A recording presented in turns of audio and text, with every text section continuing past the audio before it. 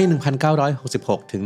1976 เป็นห่วงเวลาของการปฏิวัติวัฒนธรรมในประเทศจีนที่พรรคคอมมิวนิสต์กำหนดเป้าหมายว่าต้องการให้เกิดความเท่าเทียมในสังคมด้วยการทำลายล้างความเชื่อล้าหลังเก่าๆโดยดึงเยาวชนเข้ามามีส่วนร่วมในฐานะเรดการ์ดหรือกองกำลังยุวชนแดงแต่ว่าสิ่งที่เกิดขึ้นกลับกลายเป็นการสูญเสียครั้งใหญ่ต่อมรดกทางวัฒนธรรมแห่งชาติสร้างความเสียหายต่อการพัฒนาประเทศอับดุลไททูบจะพาย้อนเวลากลับไปเมื่อราว 60 ปีก่อนไปดูกันว่าทำไมการปฏิวัติวัฒนธรรมจึงกลายเป็นด้านมืดของประวัติศาสตร์จีนไปติดตามกันครับ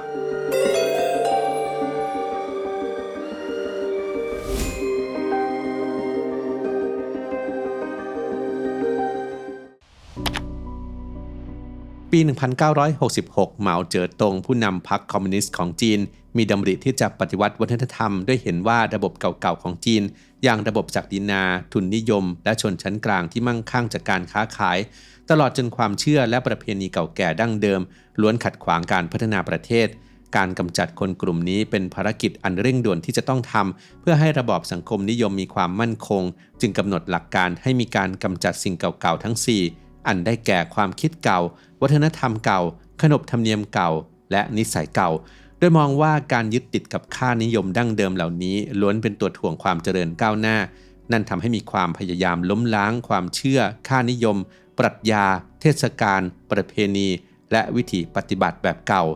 การใช้ชีวิตแบบเดิมๆที่ยึดถือกันมาถูกปรับเปลี่ยนขนาดใหญ่รวมไปถึงผลงานศิลปะสถานที่สำคัญทางประวัติศาสตร์ที่สะท้อนคุณค่าดั้งเดิมถูกด้อยค่าลงอย่างไรก็ตามมีผู้วิพากษ์วิจารณ์ว่ายังมีนัยสำคัญที่แอบแฝงไว้คือประธานเหมาต้องการกำจัดคู่แข่งทางการเมืองและผู้ที่มีความเห็นต่างจากตน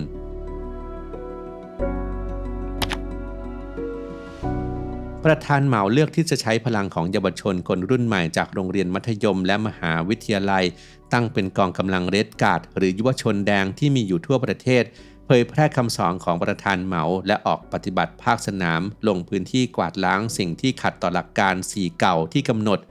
เรดการ์ดจะแต่งกายด้วยเครื่องแบบคล้ายทหารติดปลอกแขนสีแดงและถือหนังสือปกแดงติดตัวเป็นประจำในหนังสือมีเนื้อหาว่าด้วยคติพจน์427 ข้อคำสอนของประธานเหมาเป็นเหมือนธรรมนูญประจำใจในการปฏิบัติตัวตามแนวทางของพรรคคอมมิวนิสต์กองกำลังเรดการ์ดจะเดินขบวนชุมนุมปราศัยแนวทางของพรรคติดโปสเตอร์โฆษณาชวนเชื่อในสถานที่ต่างๆพร้อมกับเชิดชูประธานเหมาอย่างสุดใจ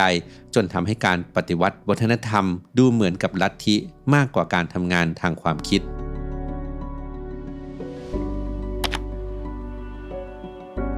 การปฏิวัติวัฒนธรรมเป็นช่วงเวลา10ปีแห่งหายนะที่เกิดขึ้นต่อวัฒนธรรมจีนโบราณสถานที่สำคัญทางศาสนาโบราณวัตถุคัมภีร์ต่างๆจำนวนมากถูกทำลายลงโดยฝีมือของเรดการ์ดที่ถูกปลุกปั่นรวมไปถึงการสอบสวนทุบตีครูปัญญาชนและฝ่ายที่อยู่ตรงข้ามกับพรรค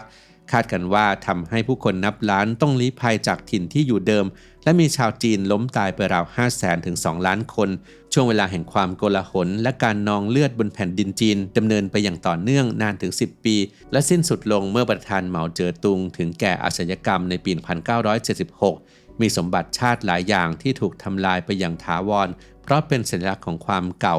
แม้ในเวลาต่อมาทางการจะพยายามบูรณะบางส่วนขึ้นมาใหม่และไม่เอ่ยถึงและทำลายหลักฐานเกี่ยวกับเรื่องเลวร้ายในอดีตทว่าสิ่งที่ทำขึ้นมาใหม่ก็เป็นเพียงสิ่งจำลองเพื่อจัดแสดงให้เห็นภาพแต่ความรู้สึกที่แตกสลายไม่สามารถทดแทนหรือชดเชยให้คืนกลับมาได้เหมือนเดิม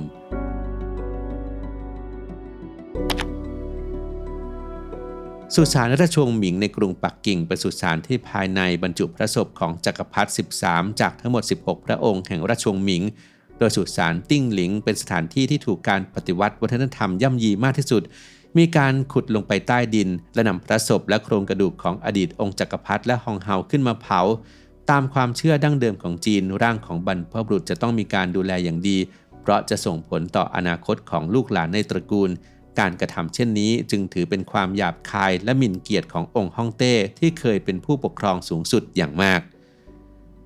ภายในสุสานติ้งหลิงปัจจุบันแม้จะมีการจัดแสดงโลงศพสีแดงหลังใหญ่และบัลลังก์หินในรูปแบบของวังใต้ดินแต่ก็เป็นการสร้างขึ้นมาใหม่เพื่อทดแทนของเดิมที่ถูกทำลายไป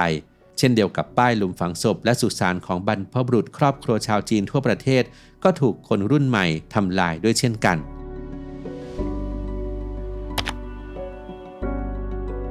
พระราชวังฤดูร้อนอี้เหอหยวนหนึ่งในสถานที่ที่นักท่องเที่ยวทั่วโลกไปเยือนจำนวนมากเป็นประจำทุกปีได้รับการยกย่องให้เป็นมรดกโลกโดยนอกจากจะมีหอคอยทะเลสาบขนาดใหญ่และเรือหินอ่อนของพระนางซูสีไทเฮาเป็นไฮไลท์สำคัญแล้วยังมีระเบียงไม้ยาวกว่า700 เมตรตกแต่งด้วยภาพวาดสีสันสวยงามนับพันภาพทั้งตำนานพื้นบ้านทิวทัศน์และสัตว์ต่างๆและในช่วงการปฏิวัติวัฒนธรรมกลุ่มเรดการ์ดเคยมาขูดทำลายตลอดจนนำสีแดงมาทาทับระเบียงนี้หลายจุดจนต้องมีการวาดภาพและทาสีใหม่ทั้งหมดระเบียงจึงกลับมาได้รับความสนใจอีกครั้งและได้รับการบันทึกเอาไว้ว่าเป็นระเบียงที่มีความยาวที่สุดในโลกเมื่อปี 1992 นอกจากนี้ยังมีตัวกำแพงเมืองโบราณของกรุงปักกิ่งที่สร้างมาตั้งแต่สมัยราชวงศ์หมิงที่บางส่วนถูกทุบทำลายโดยเรดการ์ดเพราะมองว่ากำแพงเป็นสัญลักษณ์แห่งความคิดโบราณและล้าสมัยหอฟ้าเทียนฐานอาคารไม้ทรงกลม3 ชั้นเกือบจะสิ้นชื่อไม่เหลือมาไว้ต้อนรับแขกบ้านแขกเมืองในทุกวันนี้ถ้าไม่ได้นายกรัฐมนตรีโจเอินไหลซึ่งมีแนวคิดกว้างไกลออกคำสั่งให้คุ้มครองเอาไว้ส่งกองกำลังเข้าไปคุ้มกันก็อาจจะถูกเรดการ์ดเผาทำลายโครงสร้างอาคารไม้เก่าแก่ไปแล้วอย่างไรก็ตามหอที่อดีตราชวงศ์เอาไว้ทำพิธีสักการะบวงสรวงสิ่งศักดิ์สิทธิ์ก็ยังไม่วายถูกลบหลู่ด้วยการดัดแปลงวัตถุประสงค์การใช้งานภายใน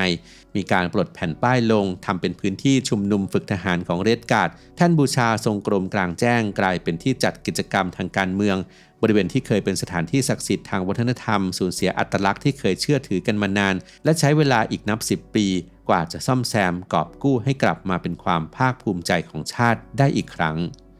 เช่นเดียวกับพระราชวังต้องห้ามที่โจเอินไหลสั่งปิดตายเอาไว้ทันก่อนที่จะถูกกลุ่มสุดโต่งทางการเมืองเข้าไปรื้อถอนตามแผนที่จะเปลี่ยนให้วังกลายเป็นศูนย์กลางของพรรค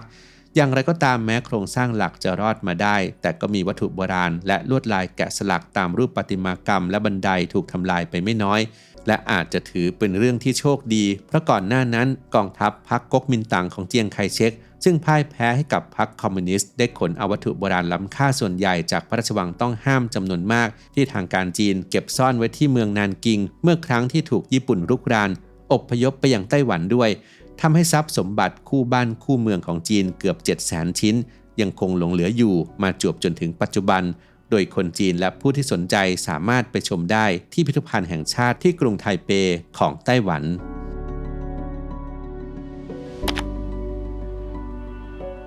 การปฏิวัติวัฒนธรรมยังพยายามลบล้างขนบธรรมเนียมประเพณีที่คงจื้อนักปรัชญาและนักการศึกษาคนสำคัญของจีนได้ปูรากฐานทางสังคมเอาไว้มาตั้งแต่กว่า500 ปีก่อนคริสตกาลด้วยการทำลายทั้งสถานที่และมรดกที่เป็นสัญลักษณ์ของคงจื้อทั้งวัดที่เมืองชุยฝูมณฑลซานตงเรื่อยมาถึงวัตถุโบราณล้ำค่าที่ตกทอดมายังลูกศิษย์และลูกหลานรวมไปถึงมรดกทางความคิดอย่างคัมภีร์ที่ถูกนำมาเผาทำลายความเสียหายยังลุกลามไปถึงคฤหาสน์ที่ลูกหลานอยู่อาศัยตลอดจนสุสานของตระกูลที่มีการขุดหลุมฝังศพของทายาทและทำลายศิลาจารึกด้วยเหตุผลว่าเป็นวัฒนธรรมเก่าและเป็นตัวแทนของระบบศักดินาขณะเดียวกันยังมีวัดพุทธทั่วประเทศและวัดของลัทธิเต๋าตลอดจนศาลเจ้าถูกปล้นรูปเคารพและพระพุทธรูปจำนวนมากถูกทำลายหลังเหมาเจ๋อตุงจากไปการปฏิวัติวัฒนธรรมกลายเป็นสิ่งที่ไม่มีใครสนใจทางการจีนหันมาให้ความสำคัญกับปากท้องและการพัฒนาประเทศทุกวันนี้ผ่านมาราว60 ปีเหตุการณ์ที่เกิดเป็นเสมือนด้านมืดทางประวัติศาสตร์ที่ไม่มีใครอยากพูดถึงนักวิชาการในรุ่นต่อมาเริ่มตระหนักได้อย่างแท้จริงว่าสิ่งที่เกิดขึ้นไม่ใช่การปฏิวัติแต่เป็นการทำลายรากเหง้าแก่นแท้ของตัวตนและอัตลักษณ์ของความเป็นชาติจีนสูญเสียมรดกทางประวัติศาสตร์อันล้ำค่าหลายรายการไปอย่างถาวรการพัฒนาทางจิตวิญญาณหยุดชะงักไปเป็นห่วงเวลาแห่งความขมขื่นที่ไม่มีใครอยากพูดถึงแม้ว่าจะมีความพยายามบูรณะสถานที่ต่างๆขึ้นมาทดแทนแต่ก็เป็นเพียงแค่การปกปิดบาดแผลชะกันที่เคยเกิดขึ้นในอดีตลึกๆแล้วชาวจีนจำนวนไม่น้อยโดยเฉพาะผู้สูงอายุยังคงระลึกถึงช่วงเวลาแห่งความยากลำบากที่เคยเกิดขึ้นในอดีตที่คนรุ่นใหม่ไม่มีใครให้ความสนใจอีกต่อไปหากเพื่อนๆชาวอับดุลไททูบมีข้อมูลเกี่ยวกับการปฏิวัติวัฒนธรรมอื่นใดเพิ่มเติมแบ่งปันกันในความคิดเห็นได้เลยครับ CBD Immunity Gummies เป็นสูตรที่ออกแบบมาเพื่อการดูแลภูมิคุ้มกันโดยเฉพาะโดยมีส่วนผสมของสารสกัดเห็ดลิ้นจือและซิงค์กลูโคเนตครับผลิตภัณฑ์นี้เน้นแนวทางการปรับสมดุลภูมิคุ้มกันในระยะยาวมากกว่าการกระตุ้นแบบเฉียบพลันเหมาะสำหรับผู้ที่ต้องการเริ่มต้นดูแลภูมิคุ้มกันแต่ว่าไม่ต้องการใช้ยาครับผู้ใช้ที่รับประทานอย่างต่อเนื่องจะรู้สึกว่าร่างกายตอบสนองต่อเชื้อหวัดได้น้อยลงและเมื่อเจ็บป่วยก็ฟื้นตัวได้เร็วขึ้นครับแล้วทุกคนล่ะครับคิดว่า CBD นั้นมีประโยชน์ในด้านอื่นๆอีกอย่างไรลองคอมเมนต์มาคุยกันได้นะครับ